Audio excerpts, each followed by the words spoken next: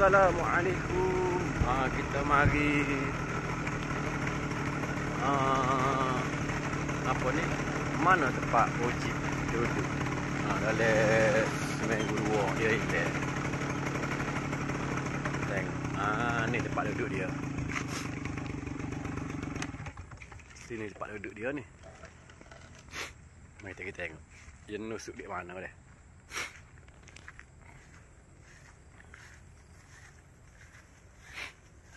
Ni.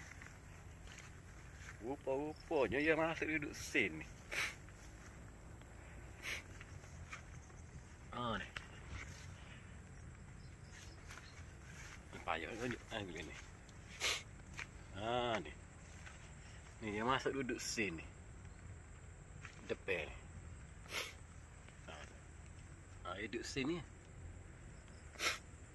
Jadi sepanjang beberapa minggu ni duduk main kat kawasan ni lah. Ada sawah padi ni.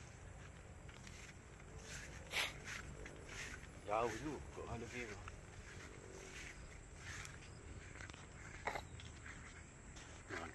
Ni tempat dia main ni. Sini. Sama yang ambil tu dia duduk dalam ni. Sama hari tu. Ni duduk dalam ni. Ni ada ni. Sama orang ambil tu.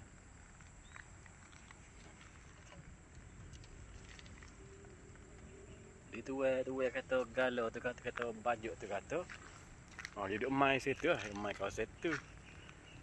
Nanti duduk main sini. Ingat kau kucing mari mana ni. Dia duduk dalam ni. Gitu lah. Web bajuk tu. Web bajuk. Mana dalam 2 minggu ni dia duduk dengan ni, dengan tu web bajuk ni. Dia duduk jaga dalam 2 minggu ni.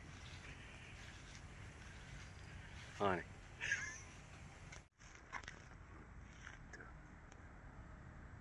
Tu tulis.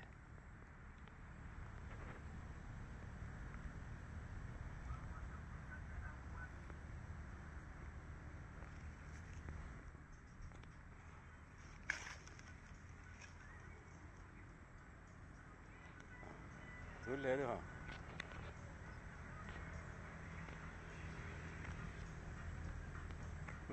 Punah dia. Punah dah